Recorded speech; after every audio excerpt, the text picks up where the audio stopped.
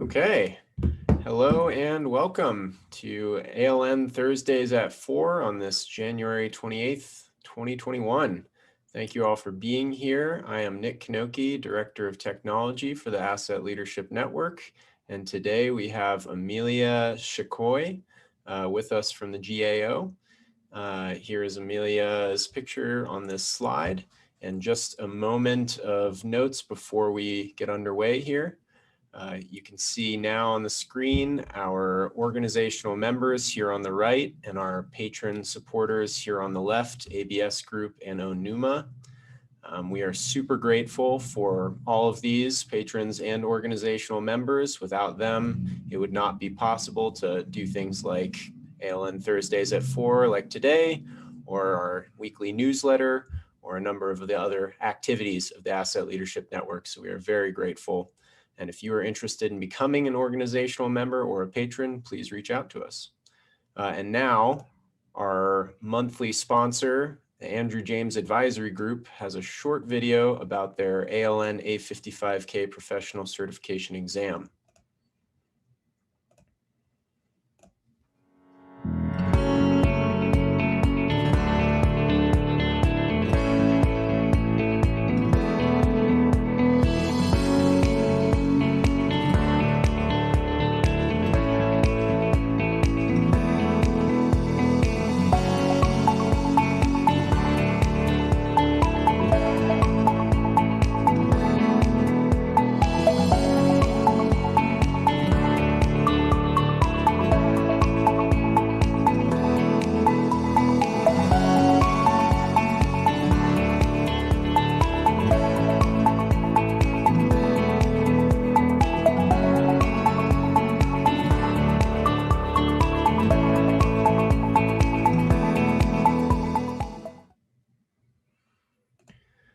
Okay, and one final note before we begin. If you are out there watching and have any comments, questions for Amelia, Mike, or myself, please, we'd love to hear from you. So please write them in the chat or use the Q&A function of this Zoom webinar. And I will be monitoring that and will respond. And with that, Mike Bordenero and Amelia Shachoy. Thank you, Nick. And Amelia Shachoy has been a great supporter of the Asset Leadership Network for many years. She has presented on a variety of GAO reports and was the lead of the GAO 1957 report on asset management, where we're going to be able to learn about what's happened since that came out 2 years ago. But Amelia, we like to start with asking people to explain how they got where they're at now in their asset management journey. Okay, well, thank you for having me. I'm looking forward to this chat. I actually started in graduate school. I studied public policy, and my concentration was in urban planning. So I learned about infrastructure, although I don't have a background in engineering. I took several classes in physical infrastructure and urban design, and that I wasn't thinking about asset management at the time, but that led me to, seems completely in line with asset management. I went after graduate school to work at OMB for the city of New York, the Office of Management and Budget. And then, of course, I learned about budgeting and, financial constraints and the fact that there's never enough to go around. And we did a lot of financial planning. The one thing that's different with the city than the federal government is we were required to have a 4-year financial plan. So we didn't just do an annual budget, we did a 4-year financial plan, both for the operating budget and the capital side. Wow. Yes, so it was tough. And we had to look at, how are we going to make this work? Where's the revenue coming from? And of course, cities have the ability to issue bonds, which is different. But still, I learned a lot about the budget side. Then I came to GAO, and I'm mentioning these things because they're all building blocks toward what I'm doing now. For one of the areas I worked in at GAO was our acquisition and contracting group. So there again, I learned a lot about how contracts work and the huge amount of federal resources that go into contracting and how you manage contracts, and the way that you manage contracts makes such a huge difference for how well you're spending the dollars, how you monitor them, how you oversee them. And it's really remarkable, especially the big defense contracts, how much money we're putting into contracts. And then I wound up in the infrastructure group where I am now. I've been there for about 7 years. But what I came to see, of course, is that budgeting, financial planning, and contracting and acquisition are all parts of asset management. So it just seems to really nicely fit together. And I've been, as I said, I've been in this group for about 7 years. One thing that was interesting, it fit at the time that I started in this group. I also became the president of the condo association for my building. Oh, that's asset management. Yeah, so I was right around the same time. And I won't dwell too much on that, but for any engineers who are listening, I learned all about roof membranes and foundations and the issues of deferred maintenance. We moved into a building that was over 100 years old, but had had a gut renovation. So you can only imagine some of the problems. And I was walking around with a construction engineer, learning about all of these things firsthand. And so I got an education on that at the same time that I was starting to do studies at GAO on the same issues. And stakeholder involvement. Yes, right, exactly. Right. And how do the importance of investing in things when earlier rather than later. So that was really important. And distilling all the information that you gain by your in-person experience into simple language that allows people to say yes or no about the decision. Right, exactly. Which I had to do for all of our condo owners, to explain why we needed a special assessment to pay for some of the repairs that were needed. And now click and drag that condo to the size of the United States government, and Right. it's just the same thing. That's all. Exactly. The issues that we deal with, and I just wanted to say one more thing. The issues we deal with in the infrastructure group are deferred maintenance, excess property, data reliability. Those are, well, and others may know that we have a high risk list at GAO, and managing property is on our high risk list. And it's on our high risk list for those reasons, for the reasons of deferred maintenance, excess property, and data that's not reliable. And again, all that is under the umbrella of asset management. Okay, so most of the people who are attending this understand who the GAO is, but just for the record, since we're recording this, why don't you, briefly explain the GAO, what it does, and your role there? Sure. GAO is the Government Accountability Office, and we are an independent agency, which many people don't realize. We're in the legislative branch, but the Controller General who heads the agency is appointed for a term of 15 years. So it's a nonpartisan agency with a nonpartisan leader of the agency. Our work is at the request of Congress, but it is bipartisan. Usually, well, we try to make the work bipartisan, meaning that we try to get both the majority and the minority party to join in the request. Our studies are really based on looking at the performance and accountability of federal programs. So mostly the executive branch, although we do some work on the legislative branch as well. And some of them are audits. We have a group that does financial audits, but the work that I do is performance related, looking at how well programs are working, and then we make recommendations. We also have a legal group that issues legal decisions and handles bid protests. But the majority of our work is performance audits, performance reviews. So the GAO was explained to me very succinctly by Jack Dempsey. Says the GAO typically is throwing people up against the wall saying, what did you do with our money?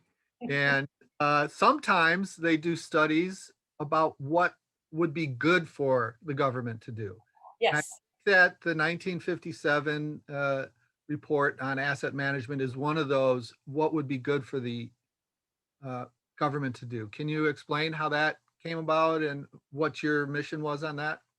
Yes, that report is one that we're uh, um, really glad that we did. We looked at um, asset management in terms of a broad approach to infrastructure and managing assets, as I was mentioning a little earlier. And the ISO 55,000 standard that some people might be interested in, or know, I'm sure some people who are listening already know about it, but we developed a framework, and the framework is based mostly on the ISO 55,000 standard. And it has to do with not managing individual assets, but having a broad approach to asset management. Um, what we did is, well, how we came to do that is that, as I mentioned, much of our work is focused on aspects of asset management. So we incorporated some of our prior work as well as the ISO 55,000 standard. And then we did a lot of literature review, consulting with experts and various other sources, interviews, and we put together a framework. And that framework is really intended to be a simplified design that agencies could use. So what we were trying to do is help agencies to manage better and take a holistic approach to asset management. So Yes. there were these resources out there, you know, ISO 55,000 and various other standards, but we wanted to put it together in a way that would be readily accessible and available to agencies. And what has been the result that you have observed or learned about since this was published just a little over 2 years ago? Yes, well, already, you know, change takes time in government, as I'm sure you know, Mhm. and we don't expect immediate results. But already, we've been really surprised and pleased to see that agencies, some of the large federal departments, have already incorporated this framework into their asset management plans and into their capital planning. And I have seen some of the agencies have shared them with me, and they weren't the agencies that they weren't only the agencies that we reviewed. We did some case studies in that report, but it's really gotten attention, broad attention across the government. Um, Maybe perhaps in thanks to your conference where I presented the report. Uh, but it's just wonderful to see that agencies are paying attention to it. And even if they haven't adopted an entire framework, they are looking at the elements of the framework and they are trying to improve in the areas that the framework touches on, for example, quality data. Mhm. That came out in fall of 2019, November of 2018, so 2 years, 2018. just Okay. over 2 years. Okay. Right. And then what we saw last year at our forum was agencies publicly stating that they are using it. And I don't think they would be, we've been presenting since 2015, 14.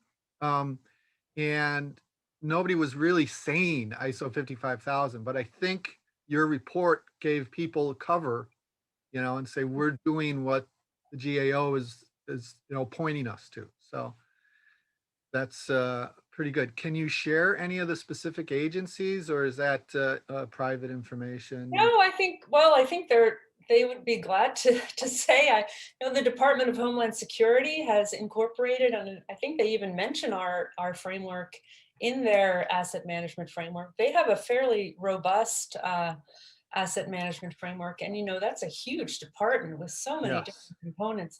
That is a really remarkable that they have such a robust asset management plan. And the Department of State for their uh, civilian domestic assets. The Yes.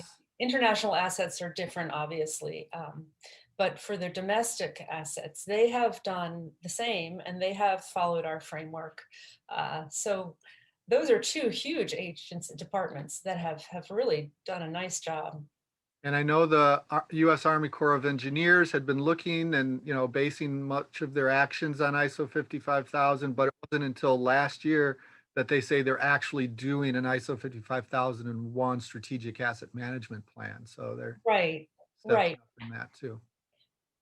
So that led to, it didn't lead to other reports, but you've done other reports, and with the foundation of information you have from that, some recommendations were made. For example, the FDA Mhm. report that came out last fall recommended that asset management could address some of their issues.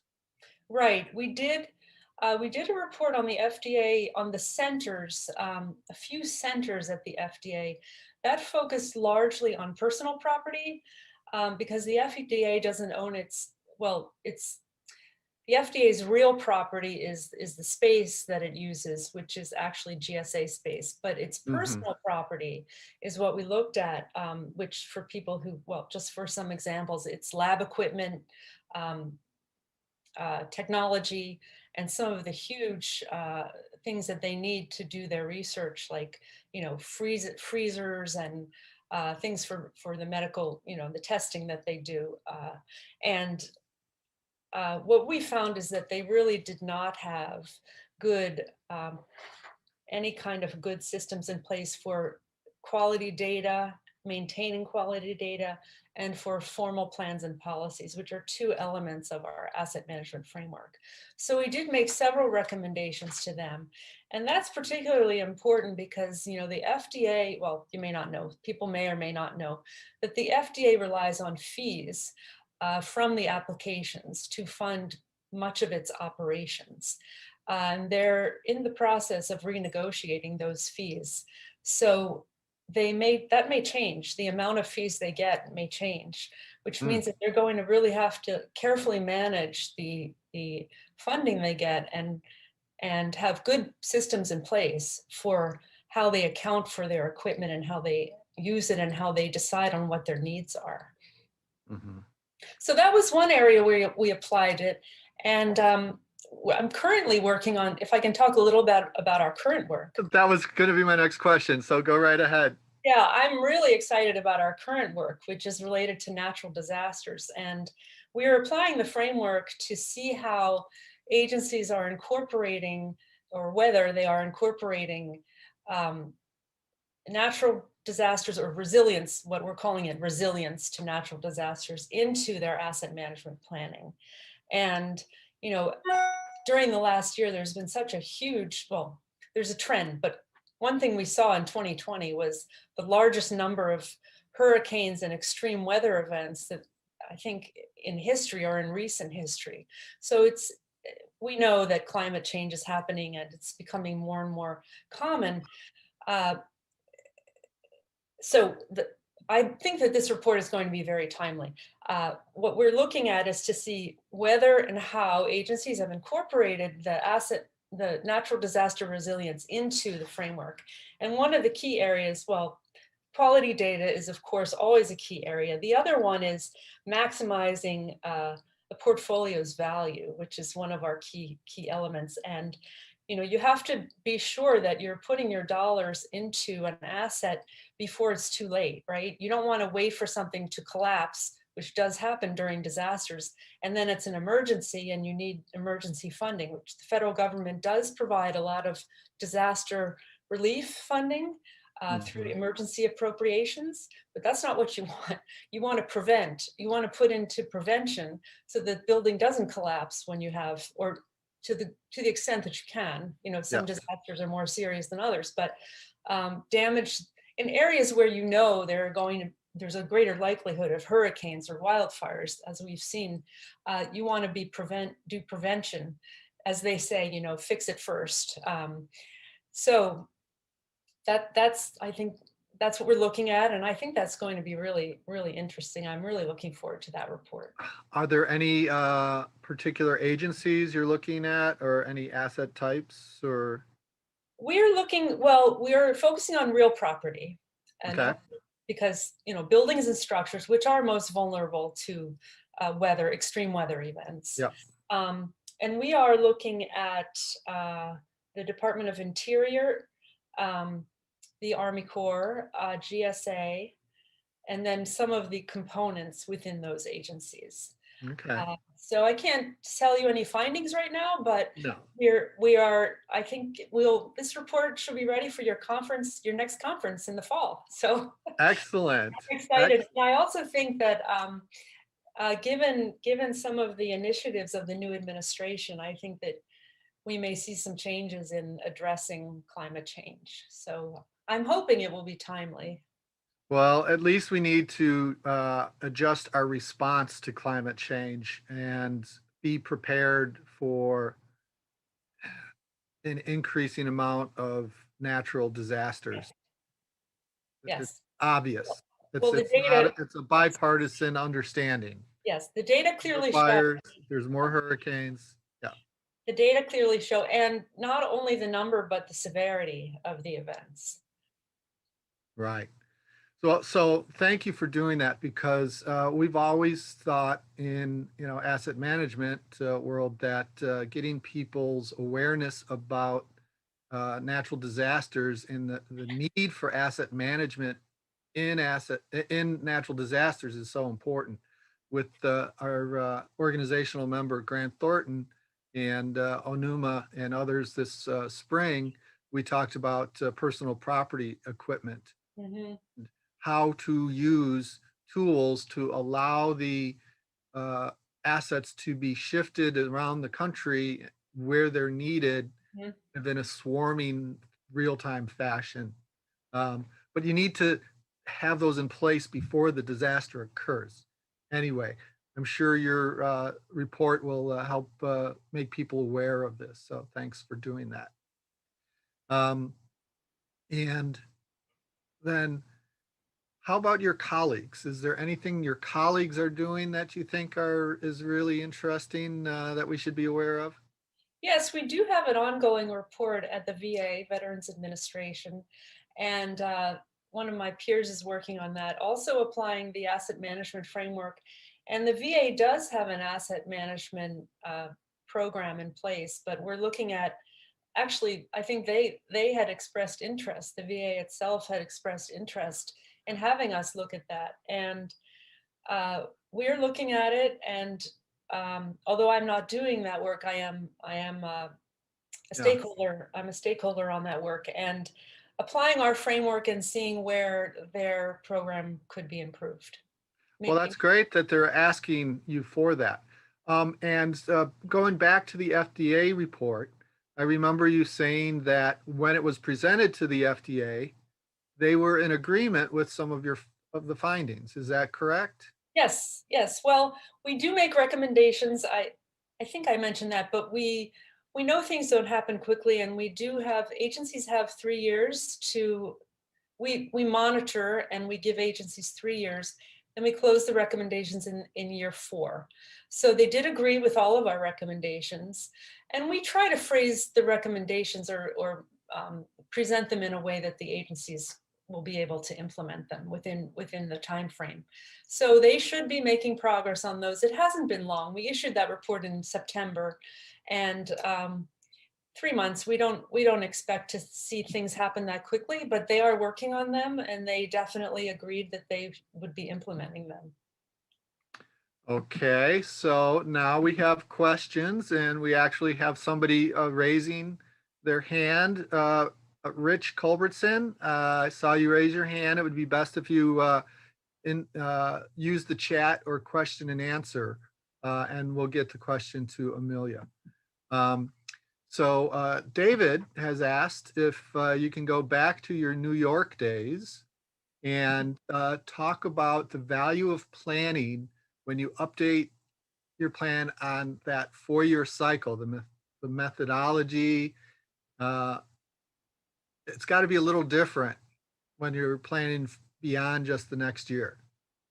Any insights on how those two vary? Yeah, yes. Well, yes. It's different in the operating budget and the capital plan, obviously, but I'll speak to both are relevant for asset management. In the operating budget, you may know of program changes that are coming up. For example, you may know that a program is going to start in a couple of years. You look at the agency's plan. So we work at OMB, we worked very closely with the agencies so we could know what they were doing, and then we would build that into the financial plan. And then it's a 4-year financial plan and it's adjusted every year. So each year when we did the budget for the fiscal year, for the next fiscal year, we would update the financial plan. The capital budget is, of course, based on a capital plan, mostly construction or rehabilitation, of major rehabilitation of buildings. But even still, what construction is coming, the agencies have to have a capital plan for construction. Has to be planned, obviously. So we would do the same. We would build that in.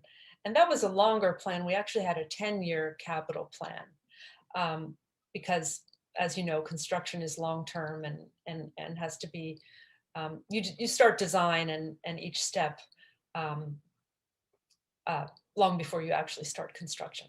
But the basic answer is we knew what the plans were and we would build that in if new programs were starting, or on the other hand, if programs were ending, we could take them out of the budget, things like that. Okay, I think that answers what David had asked. Then we've got Bob Leach asking, does the upcoming GAO report on resilience address planning, design, construction, and operation and maintenance of existing or new infrastructure to increase its resilience, or does it focus only on the application of resilience specifically on recovery from those events? Oh, well, actually, we're not looking at recovery. We're looking only at the planning. We're looking at how agencies have incorporated it into their asset management plans. So the first part, Bob. I think that means that they better get their resiliency in their plan. Yes, right, exactly. Yes. Yeah, it better be in the plan. Okay. So whoever's consulting with the Army Corps, I don't know. That's a joke. It's a joke. So.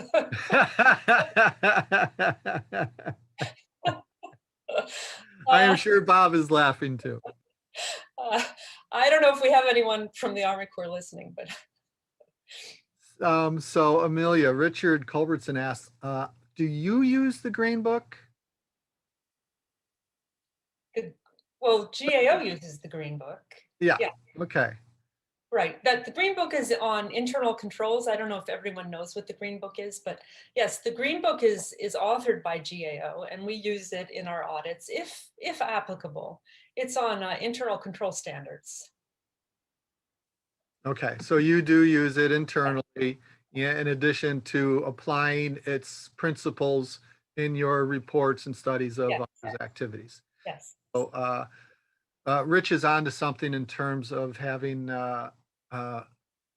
people adopt asset management in order to meet the requirements of the Green Book, because basically the Green Book says you have to manage your assets and doesn't say how, but so 55,000 structures allows people a way to meet the requirements of the Green Book.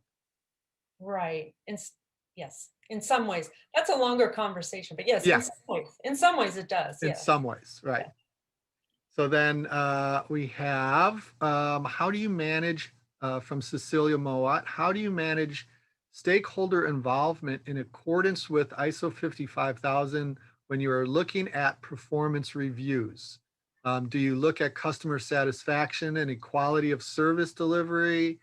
Who might be impacted by the underlying assets program you are reviewing? You mean performance reviews within the agency, I'm guessing. Yes. Well, yeah. I'm guessing. Okay, well, we do have part of our framework is has to do with agency resources, and that includes employees, staff. So that that would be part of that element of our framework, where the performance evaluation aspect would take into account how well the employees are implementing asset management. There's also a leadership component. I don't know that I can really explain that whole piece right now, but the leadership obviously have a role in how they're managing resources and training staff or employees to implement asset management.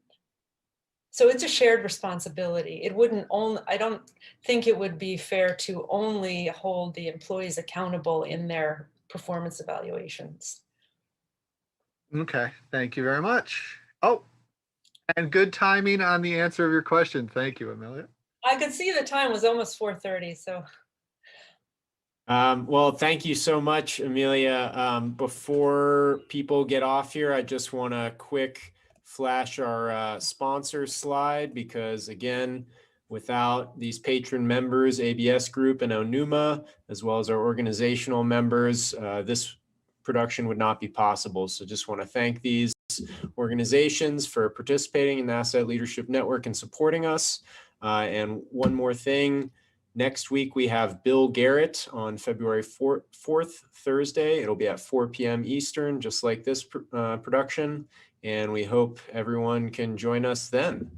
And with that, I don't know if there's more questions, Mike, but I'll pass it back to you guys. Now, this has been a very precise and concise presentation. Thank you very much, Amelia. If you would like to say anything, I'll let you have the closing words. Well, thank you. It's my pleasure. It's really been really interesting doing this work on asset management, and we're building a portfolio. I'm looking forward to more work after we complete this climate change natural disaster resilience report, and I look forward to presenting at your conference in the fall. Excellent. We look forward to it. Thank you again for everything you do. My pleasure. Thank you. Bye for now.